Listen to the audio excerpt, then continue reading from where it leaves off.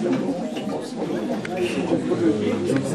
une réunion dans laquelle nous avons prévu de parler ensemble. Donc je vais vous présenter un certain nombre d'éléments, mais pas trop longtemps. J'espère pas plus longtemps que la dernière fois, c'est-à-dire peut-être à peu près 20 minutes maximum.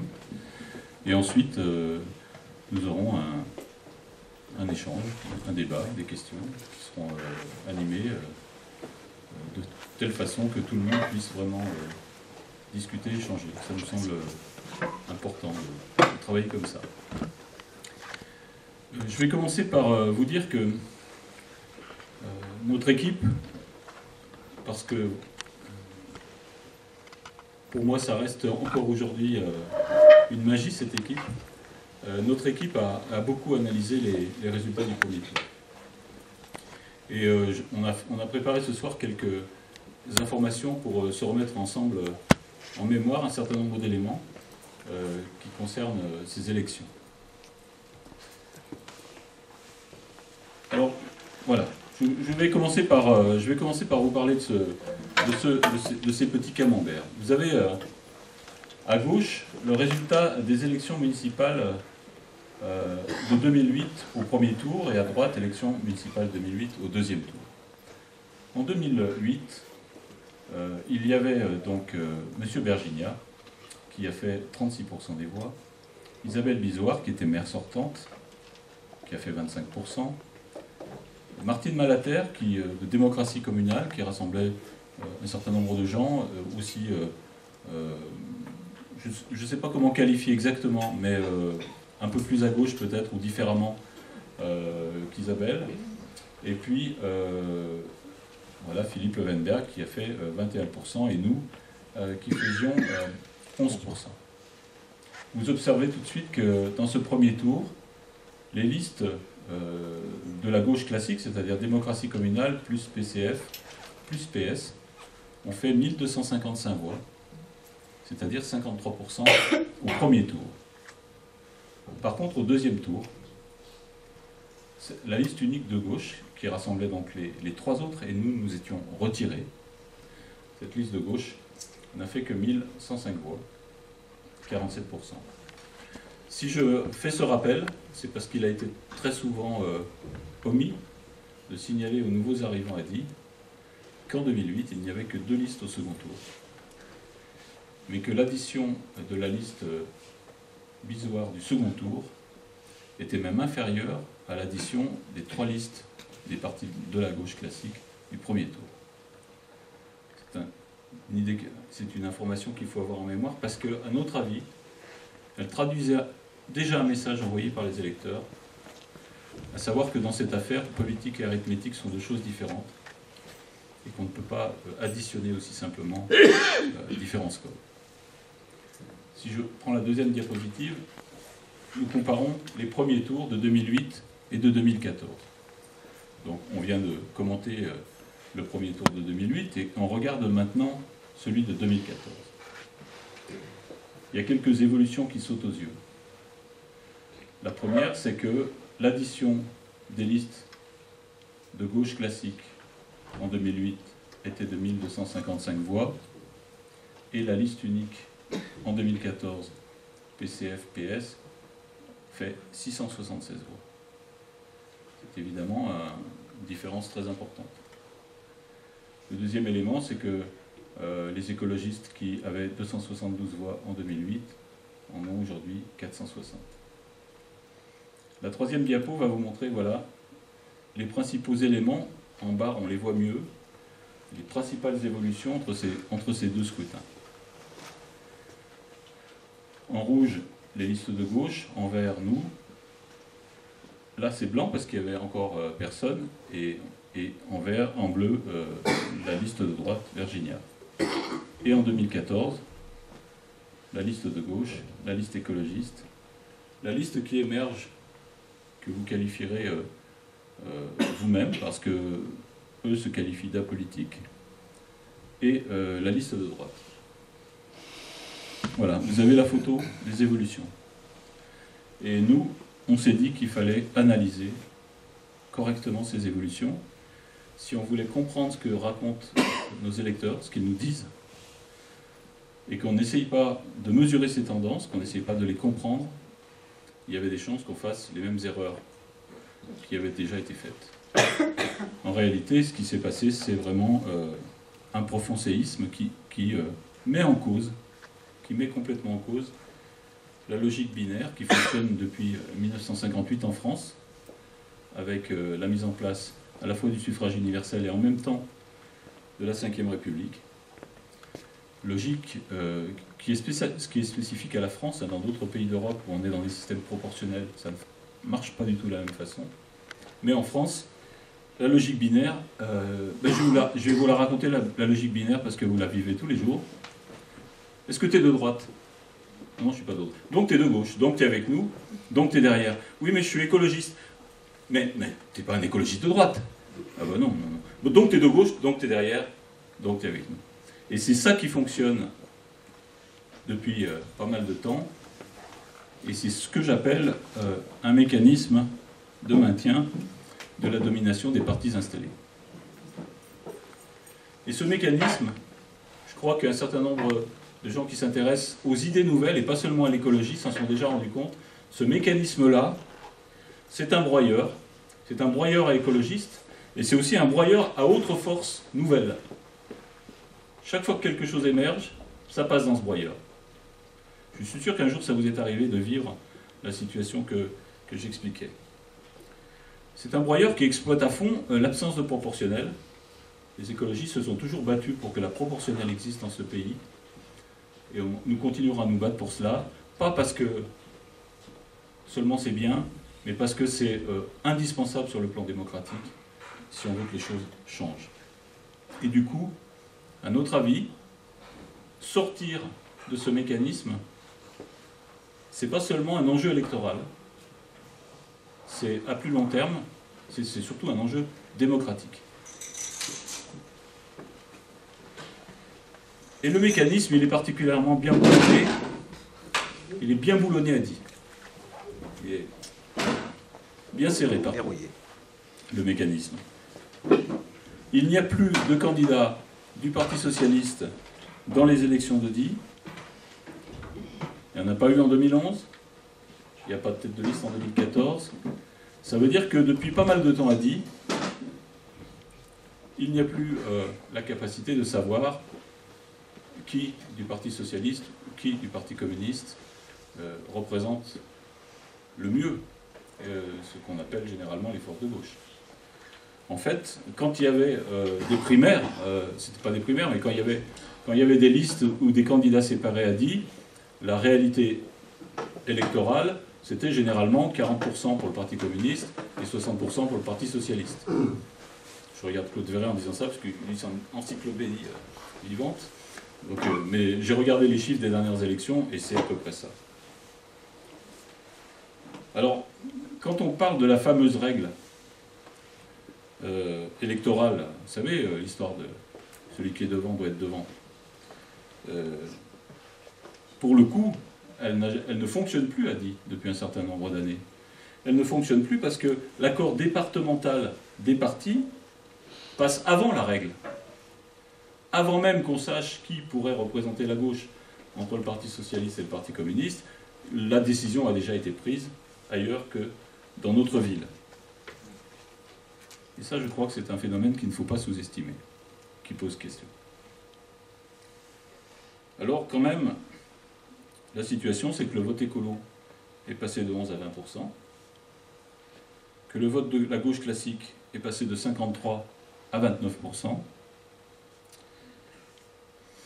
et que c'est vrai qu'avec nous, cette fois-ci, avec 19,6 pour être précis, ok, nous ne sommes pas devant le cartel électoral PS plus PC, qui lui fait 29. Mais c'est 29% extrême gauche plus PC plus PS, et donc on a au moins le droit de penser, au moins encore ça nous reste, le droit de penser que l'écologie a dit est devant le PC et devant le PS. Si on peut se permettre de faire ça, c'est parce que quand même les projets politiques de ces deux organisations, même s'ils sont électoralement ensemble, le projet politique de ces organisations-là soit quand même sensiblement différent, me semble-t-il.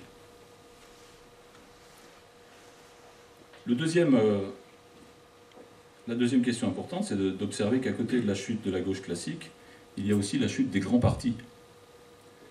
Parce que si vous regardez ces résultats, vous vous rendez compte que les grands partis, c'est-à-dire UMP plus PS plus PC, les grands partis classiques, hein, qui travaillent sur l'alternance depuis que la Constitution de 58 fonctionne, ces grands partis classiques, a dit cette fois-ci, on fait 52% tout cumulé. Et ça, c'est un sacré message qu'envoient aussi les électeurs, en disant, nous, votre système des grands partis de la gauche classique, ça ne nous convient plus, et d'ailleurs, on nous accorde à peine plus que la moitié de nos suffrages. Troisième élément, on en a déjà parlé, c'est la forte hausse des écologistes. Ce sont en chiffres, on les voit, si on s'amusait à faire des pourcentages, on vous dirait, mais ce serait un peu Montazègue, mais on vous dirait que ça a augmenté de 70% entre les municipales de la dernière fois et celle-ci. Et puis, l'événement qu'il ne faut pas sous-estimer, qu'il ne faut pas faire semblant de ne pas voir, autrement, je pense qu'on devient aveugle, eh bien, c'est l'émergence très forte d'une liste dite apolitique, celle conduite par M. Trévolet. Pourquoi il ne faut pas faire semblant de ne pas voir ça?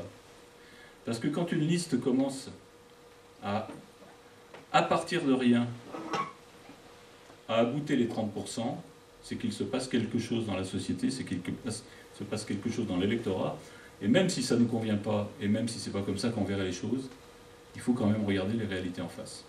Autrement, on est sûr de se planter, tout simplement. Alors, notre message, c'est toujours, il serait peut-être temps d'écouter les électeurs. Et c'est ce que nous avons voulu faire entre ces deux tours. Alors, non pas, comme cela a été écrit, revendiquer la mairie. Ce n'était pas du tout notre propos. Encore moins réclamer la place de maire. Là, c'était carrément de l'intoxication de dire ça. Mais ce que nous avons dit à ceux que nous avons rencontrés, c'est ce que je viens de vous dire. La situation est complètement nouvelle. Les électeurs ont envoyé des messages très forts qu'ils n'avaient jamais envoyés. Il va falloir répondre par des réponses nouvelles. On ne peut pas reproduire les schémas habituels pour répondre à un tel message aussi fort, aussi puissant des électeurs. Et c'est ce que nous avons commencé par dire en proposant une configuration de rassemblement qui soit la plus large possible.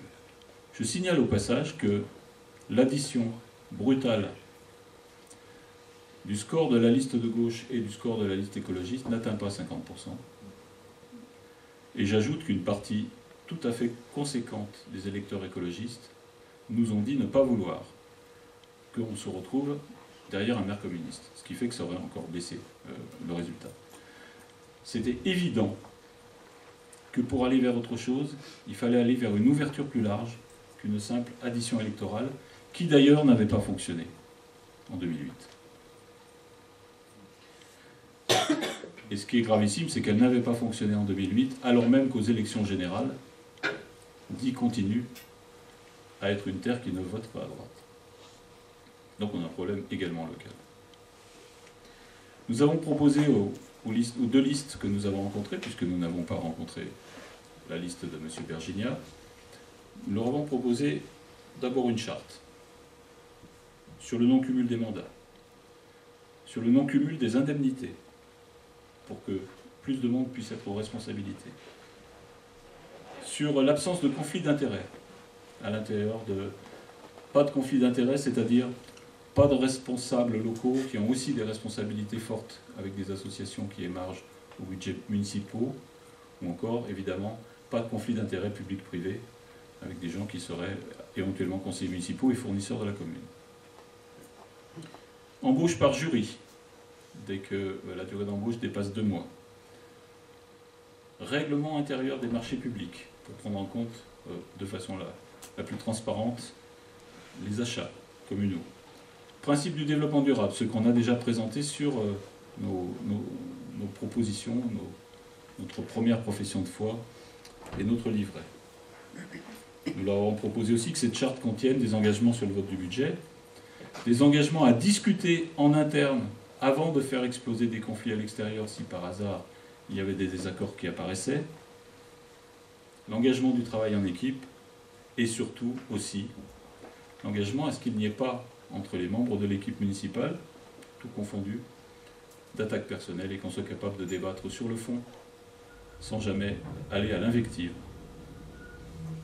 Tout le monde semblait d'accord sur ces bases, ainsi que sur des bases de programmes concernant le logement social, la transition énergétique et l'urbanisme notamment, et beaucoup d'autres choses que je ne vais pas détailler ce soir. Mais nous avons d'ailleurs été surpris dans ces rencontres sur le fait que, tant qu'on parlait programme, il ne semblait pas y avoir beaucoup de problèmes. Et puis nous avons proposé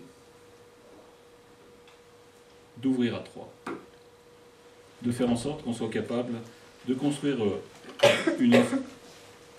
une solution respectueuse des votes des électeurs, proportionnelle donc, une solution proportionnelle mais à 3.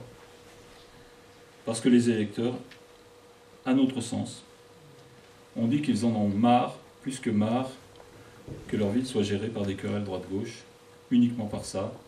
Il y a des points de repère, c'est très clair, et en même temps, il y a besoin pendant 6 ans de travailler. Mais ce n'était pas possible, ça. Ce schéma-là n'était pas envisageable, ni pour la liste Fuduradi, ni pour la liste Gauche Citoyenne. Ils nous ont dit que ça, ils ne savaient pas faire. Alors nous leur avons proposé d'ouvrir à 2 vers les 3e, en disant on commence par l'ouverture à 2 et on s'ouvre vers les 3e. Parce que de toute façon, à 2, ça ne marche pas, ni dans un cas ni dans l'autre. Et il fallait pour ça, et nous leur avons dit aussi, une candidature qui puisse dialoguer avec les 2 autres, et puis qui puisse garantir une ouverture. Et nous pensions pouvoir parvenir à construire ça, je vous le dis tout de suite, pas forcément moi, parce que ça a été dit un peu partout, pas forcément nous, mais en tout cas une personnalité qui aurait été susceptible non seulement de faire l'accord, mais aussi de se tourner vers les électeurs qui ne sont pas dans le premier cercle et dont on a besoin pour vraiment élargir l'union. Eh bien ça, nous pouvions le construire sans doute, mais la réponse nous a été donnée par la règle, la fameuse règle, et j'y reviens. La règle du mécanisme, celle qui dit que la liste arrive en tête, à la tête de la liste. Cette règle ne souffre pas d'exception. Cette règle n'a pas besoin d'analyse des résultats. Cette règle n'a pas besoin de prendre en compte les évolutions. Elle s'applique. Elle s'applique. Enfin, elle s'applique d'ailleurs comme un certain nombre de règles qui ont été inventées par les gros pour s'appliquer aux petits, mais que les gros ne s'appliquent pas forcément à eux-mêmes. Elle s'applique sans discernement. Je rappelle quand même qu'elle a été pipée cette règle d'entrée de jeu, par un accord préalable qui a évacué du choix initial, qui aurait pu être imaginé, après tout pourquoi pas, qui a évacué du choix initial tous les électeurs à qui on n'a pas demandé comment ils voyaient les choses. Donc, pas possible de faire une autre union que celle consistant à se ranger derrière. Tout simplement. Nous avons donc déposé la liste pour dit naturellement mardi, pour ce 2e tour. Dès le lendemain, ces démarches de travail ont été caricaturées, je le dis carrément. Il y a eu des mensonges, il y a eu de l'intoxication, il y a eu des attaques personnelles. Ceux qui en ont fait dans l'Internet se reconnaîtront. Et cette agressivité que nous avons enregistrée n'a fait que confirmer l'intuition que nous avions, qu'il faut d'urgence changer le modèle. À ceux qui ont fait ces attaques, et que je ne citerai pas, eh bien, je ne dirai rien. Voilà, qui se regarde. À mes copains, par contre, je vais leur dire que, à titre personnel, puisque j'ai été beaucoup attaqué, j'ai été touché par ces attaques, Je préfère être libre, non indemnisé et sans pouvoir, dont je suis pourtant avide, paraît-il, sans pouvoir, sauf le pouvoir de m'exprimer et sauf le pouvoir de proposer. Je préfère être libre plutôt que serviteur obligé d'un modèle électoral qui broie les idées nouvelles, plutôt que serviteur d'un cartel électoral qui doit cesser. Un cartel parce que c'est bien une alliance, non pas de projets, car elles n'ont pas le même, mais une alliance d'intérêts, bien compris. Dommage, tant d'électeurs sont trompés. Alors, dimanche, il y a un enjeu, et on va parler de cet enjeu tout simplement. Pour nous, l'enjeu est simple, c'est d'envoyer des écologistes libres au conseil municipal. Pour y faire quoi?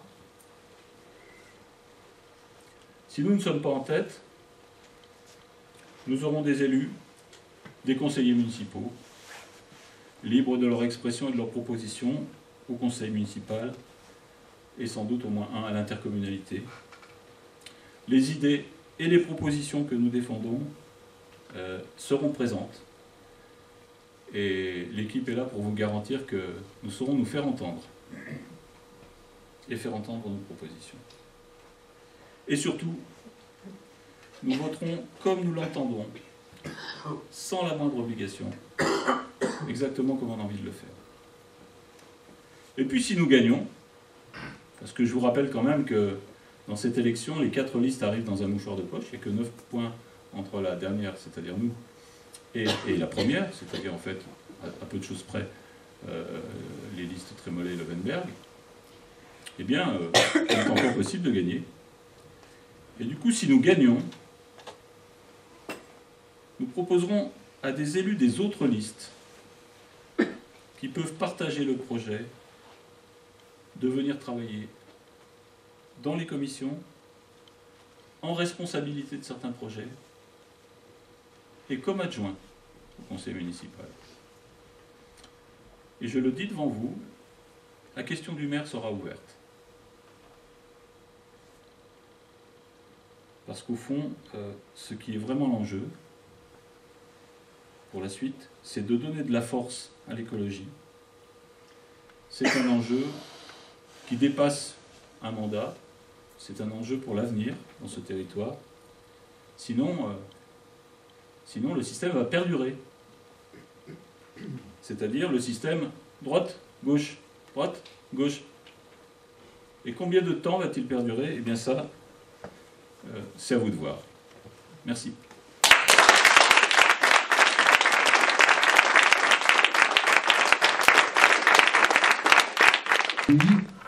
Dans ces stratégies de rassemblement, d'union, très souvent, le premier argument, on s'unit pour aller contre l'autre et contre quelque chose. C'est un discours qui n'était pas loin d'être tenu tout à l'heure, c'est un discours qui m'a été tenu sur la place du marché ce mercredi en disant on ne peut pas laisser passer la droite, donc contre la droite, il faut faire l'union à n'importe quel prix. Moi, aujourd'hui, en tant qu'électeur, je n'ai pas envie de voter contre, parce que ça fait le jeu du Front National, aujourd'hui, très clairement. Hein, c'est ça. On vote contre la droite, on vote contre la gauche. Certains ne veulent pas voter écologiste, ils votent Front National. Moi, j'ai envie de voter pour quelque chose, et pour des idées. Et je pense qu'aujourd'hui, la position que vous avez eue, de ce point de vue-là, elle est cohérente. Et elle permet cette ouverture. Et en plus, moi, j'ai au moins le sentiment aujourd'hui, j'ai voté pour vous au premier tour, je ne m'en cache pas, ben voilà, je ne me suis pas trompé, parce qu'au deuxième tour, je me rends compte qu'on ne rentre pas dans des débats purement politiciens, de simplement conquête du pouvoir à tout prix, quoi. Voilà, c'est juste ça que je voulais dire.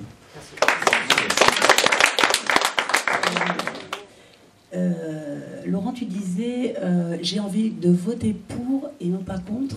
Et moi, en tout cas, et j'ai l'impression que c'est un peu ce qu'on partage aussi, enfin ce que je partage avec les autres de la liste, c'est qu'on a envie de travailler pour et pas contre.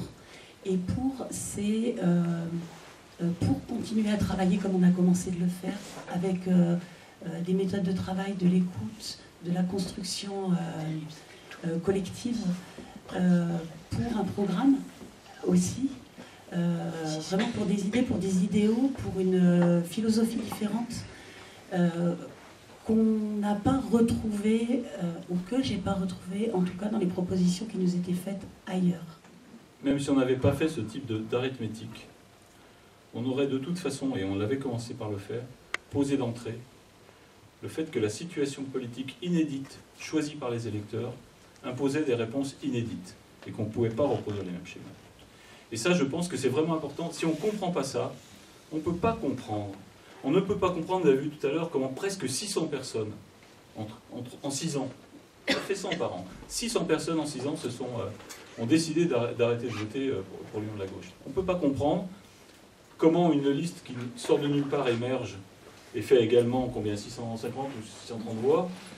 Voilà. Et si on ne prend pas le temps de se poser, si on ne prend pas le temps de se dire, mais qu'est-ce qu'ils ont voulu dire les gens? Et comment est-ce qu'on va répondre autrement à ce qu'ils ont dit? Si on ne fait pas ça, on passe à côté. Et même si on ne gagne pas, en fait. On gagne juste le droit de retarder le moment où on va réellement poser le problème sur le fond et le traiter en termes démocratiques. L'autre jour, je pensais, quand on a décidé ensemble à 27 quand même, de faire cette proposition malhonnête aux 2 listes, j'ai réfléchi à un film que je n'ai pas vu, mais qu'on m'a raconté plein de fois, et c'est l'an 01. Alors, c'est un film où on demande aux gens de faire un pas de côté. Un pas de côté, où vous voulez. Un pas de côté, moi je fais un pas de côté, j'ai plus le micro devant, je peux prendre la porte, je m'en vais. J'ai le choix. Je regarde les choses d'une autre manière. J'ai un autre angle de vision. Et nous, on s'est positionné comme ça. Si on a fait cette proposition, c'est parce qu'on a changé d'angle. Parce qu'on a décidé qu'on ne pouvait pas faire tout le temps pareil. Il fallait trouver une réponse différente, surprenante, inattendue, complètement, je suis d'accord, choquante, parfait, gonflée, j'entends, mais pas pareil. Et du coup, moi je trouve que c'est un bon moyen pour avoir un regard différent, de faire un pas de côté. Donc nous l'avons fait. Peut-être qu'il faudrait le faire aussi aux électeurs qui ne votent pas parce qu'ils ont peur de quelque chose, mais parce qu'ils ont fait un pas de côté et ils regardent la réalité avec des yeux qui ne sont pas exactement pareils que la minute d'avant. Méthode aujourd'hui de la petite place que je suis, et je ne suis pas très long depuis longtemps à Die, alors que je sens qu'il y a un magnifique potentiel, eh bien, votre petite place, c'est changer ce qu'a dit Didier, mais pas d'une façon théorique. Est-ce que, finalement, vous créez un comité des sages de votre représentation dans la minorité de Die? Pour moi, c'est des choses comme ça. À Saillant, ils ont fait un truc qui me paraît hyper important, qui est la question de la parité. C'est-à-dire qu'il y a un homme, une femme, presque partout, dans tous les groupes. C'est pas une délégation, c'est des délégations pour un homme, une femme. Voilà, c'est la petite méthode. Ils ont un schéma que je trouve hyper intéressant. J'en ai fait des dizaines de ces schémas-là. Je crois que je n'en ai jamais vu un aussi simple. Donc allez sur le site, vous allez voir, il est hyper bien fait. Et pour moi, c'est ça qui ferait que demain, finalement, l'écologie, ce qui a été dit, la biodiversité, elle pourra passer. J'étais au premier tour écolo parce que j'avais l'espoir, finalement, que cette dynamique, pour moi, c'est vous qui portez fondamentalement, c'est le mouvement écologique qui porte ce soir la vraie alternative. Il y a une différence fondamentale, Marc, entre Saillant et Die. C'est tout simplement qu'à Saillant, il n'y avait pas de dévolution prévisionnelle, comme c'était le cas à Die. C'est-à-dire que le jeu était complètement ouvert. Et ça permettait aux citoyens, effectivement, de commencer à travailler ensemble, de se rassembler, etc. Et je crois que tant qu'on n'aura pas convaincu les appareils politiques de ne plus se servir de DI comme outil de négociation, tant qu'on n'aura pas convaincu de ça. On aura des choses préparées, comme l'a décrit d'ailleurs Claude Verret tout à l'heure, par les appareils, des choses préparées 1 an et demi ou 2 ans à l'avance, avec des candidats qui sont déjà fléchés. Tant qu'on sera dans cette situation-là, on ne pourra pas construire la dynamique qui a pu être construite à Saillant. On sera obligé de faire autrement. Nous, notre souhait, à un moment donné, c'est que ce système-là, ce mécanisme cesse. Alors, les questions que pose tout un ensemble de gens, à savoir je suis dans la merde, rassurez-vous, on a été, nous, très longtemps, les uns et les autres, on a beaucoup échangé là-dessus. On a suffisamment vu passer d'élections pour avoir été confrontés à ce dilemme. Mais à un moment donné, ce dont on est sûr, c'est qu'entre un dilemme sur le court terme et un dilemme sur le moyen-long terme, on préfère encore jouer le moyen-long terme. Il est maintenant nécessaire que ces mécanismes cessent. Ça fait 40 ans qu'ils fonctionnent. Ça fait 40 ans qu'ils broient toutes les idées nouvelles. Ça fait 40 ans qu'ils empêchent des émergences. Et en plus, tous ceux qui viennent nous dire ça, ils le savent. Au fond d'eux-mêmes, ils le savent. La différence des projets, quand même. J'avais fait un petit couplet lors de la dernière réunion, mais tout le monde n'était pas là. C'est-à-dire qu'on dit que les choses sont compatibles, que les projets tels qu'ils ont été écrits se ressemblent, etc. Mais regardez quand même la réalité des choses. Regardez les décisions qui sont prises par les personnes de droite. Parce que je vous rappelle que le maire de droite, dans son article de la semaine, dit que l'écologie n'a pas non plus à être d'un parti. Elle doit être pour tout le monde. Et les réalisations qui ont été faites. Moi, j'ai cité la dernière fois simplement la traversée de Die sur la départementale 93 du théâtre, hein, du boulevard Adolphe Ferrier, jusqu'au rond-point de Chamarge. On est un peu désorienté avec ces histoires de droite et de gauche.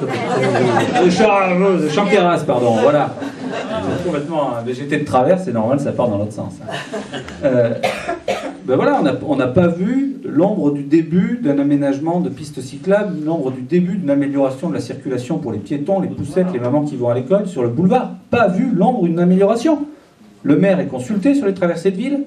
Il est à droite, me semble-t-il. Rien. Pas d'écologie à droite. Le conseiller général est consulté en général pour les travaux qui sont faits par son département, qui fait la route quand c'est sur son canton. Pas l'ombre d'une piste cyclable qu'il réclame pourtant depuis avant la réalisation de cette route. Manifester avec nous contre l'élargissement à la sortie justement du rond-point de Chanqueras il y a quelques années.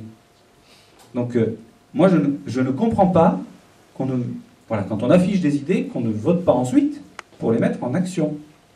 Pour moi, je trouve qu'il y a une incohérence. Je préfère que ce soit des gens qui mettent en œuvre vraiment les idées pour lesquelles on a voté. La question de savoir comment est-ce qu'on construit la politique publique. Nous, on s'est posé la question. Est-ce que ce sera plus efficace dedans ? Eh bien, quand on doit se poser cette question, on se demande plusieurs choses. 1, où sont réellement les pouvoirs ?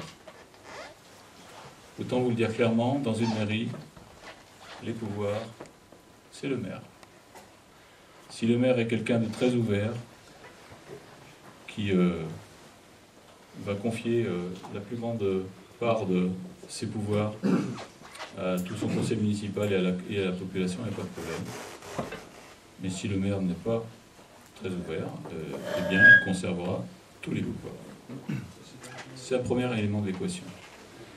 Le deuxième élément de l'équation, c'est tout bête, mais d'ailleurs ça manque en France. On devrait inventer qui choisir. C'est-à-dire on devrait inventer un moment où on se base non pas seulement sur les déclarations, mais sur les réalisations et sur ce qui a déjà été fait pour mesurer réellement les choses. Et nous, on a fait ce travail. On s'est demandé ce que les gens avec lesquels on discutait avaient déjà décidé ou avaient déjà fait. Eh bien, ce bilan n'est pas bon. Et je suis désolé de vous le dire.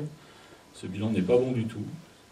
Quand même, il faut qu'il y appelait certains d'entre vous la victoire de la gauche. Ne vous inquiétez pas, ça fait 150 ans que la gauche est au pouvoir dans le Diois. À peu près, sans doute un peu plus. Et citez-moi l'ensemble des réalisations écologiques qui se sont développées dans le Diois. Et on est on a tous émis différentes idées sur ce qu'on a envie de faire après, là, dans les 6 ans à venir. Et notamment, ce qui est fondamental, c'est renforcer nos diverses responsabilités associatives qu'on a déjà. C'est des luttes, hein. On n'est pas assaillants, mais on a la même histoire d'un agrandissement de supermarché là, à l'entrée de la ville, qui va certainement entraîner une galerie commerçante et puis encore moins de commerce en centre-ville. Voilà, donc là, il y a une lutte, c'est pas pour copier Saillant, mais il se trouve que ça nous est servi sur un plateau, donc là, il y a une mobilisation à voir. Il y a vraiment toute la société civile, et je vous rejoins, c'est à nous, avec notre dynamique de groupe, dont on vous rabat les oreilles, parce qu'on s'y sent bien, mais c'est à nous, avec notre dynamique de groupe, de prolonger ça, et c'est vraiment quelque chose qu'on a tous envie de faire. On est déjà dans plusieurs assos, alors elles sont de différents types, et c'est parfois même pas dans le cadre associatif, et ça, on compte vraiment le renforcer. Parce que, comme vous l'avez dit, ça se prépare à l'avance. C'est pas en 3 mois qu'on fait une campagne. Ça se nourrit pendant... Voilà. Je pense que d'abord, au nom de l'équipe, moi je voudrais vous remercier pour cette soirée. Je crois que nous, on a appris beaucoup de choses. J'espère que vous avez appris un peu de nous, et de notre façon de penser, et de la façon dont on a travaillé. Encore vous dire que on n'est qu'au début d'une aventure, on n'est qu'au début d'une dynamique qu'on a bien l'intention de susciter, mais on ne sera pas les seuls à la construire. Et Marc, je crois que le chemin va se faire dans les deux directions. Il faut que nous, on aille davantage, qu'on s'extériorise davantage. On a été, je dirais, pris dans des choses à faire qui nous ont énormément mobilisés. Il faut que vous sachiez quand même que construire une candidature et d'une liste aux élections municipales, j'essaie de le voir en même temps. Construire une liste aux élections municipales, ça consomme un temps, une énergie absolument dingue, surtout quand on a envie de mettre du contenu. Et vous avez sans doute remarqué que ce contenu, on l'a mis. Et ce contenu, on ne l'a pas acheté sur Internet, hein. On l'a travaillé ensemble, on ne l'a pas piqué aux autres, on a bossé, on a vraiment bossé. Vous dire aussi quand même que ce contenu, on ne l'a pas inventé tout seul. On l'a travaillé avec des tas de copains autour de nous, et même si ce n'était pas dans des dynamiques affichées, estampillées, je dirais, présentées comme telles, n'empêche qu'il y a, je pense, au-delà de l'équipe et des conjoints, ce qui fait déjà 50 personnes, je dirais encore autant, voire beaucoup plus même, qui ont participé par les idées qu'ils ont apportées sur toute la période, parce que plein d'entre nous sont soit dans des réseaux, soit dans des associations, on fait beaucoup d'échanges. Donc déjà cette construction-là, moi je ne voudrais pas la sous-estimer. D'ailleurs, elle va nous servir de base pour la suite, quand même, il y a du boulot de fait. Mais que le cœur de la machinerie politique dans les années qui viennent, ça sera les citoyens. Et ça demande un profond changement des méthodes. Moi, j'ai été amené à réfléchir au rôle de l'élu, parce que bon, je suis arrivé élu par hasard, autant vous le dire tout de suite, mais vraiment par hasard à l'époque, quand je me suis retrouvé conseiller régional, c'est parce que j'étais sur une liste qui ne devait pas gagner, et qu'en plus j'étais deuxième. Et que donc, normalement, ils n'avaient aucune chance d'être élus, sauf que cette année-là, la liste qui était promise à 2%, elle en a fait 9, et que celui qui était premier, qui était médecin, au bout de 6 mois, il m'a dit « Didier, je ne peux pas y arriver, est-ce que tu veux bien prendre la suite ?» Voilà comment je suis arrivé en politique. Donc, et je me suis posé cette question, le rôle de l'élu, on doit le transformer complètement. Et ce que j'ai vu, moi, dans ce pays de la vallée de la Drôme, c'est que les énergies dans les associations, sur le terrain, sont beaucoup plus considérables et beaucoup plus puissantes, mais pour le moment, elles ont du mal à fonctionner parce que tout simplement le monde politique les freine, les tamise, les filtre, les empêche d'éclore. De sorte que le rôle de l'élu demain, c'est pas un rôle, c'est même pas un rôle d'impulsion, c'est même pas un rôle de volontarisme. Le rôle de l'élu, c'est de comprendre les dynamiques sociales, c'est de les écouter, c'est de leur dégager le terrain. Je veux dire même, c'est le balayeur du curling, le rôle de l'élu de demain, pour faire en sorte que les dynamiques sociales elles puissent avancer. Et je pense que c'est ça, c'est une profonde transformation du rôle de l'élu, mais c'est sans doute comme ça qu'on arrivera vraiment à ce que ce pays avance, émerge complètement.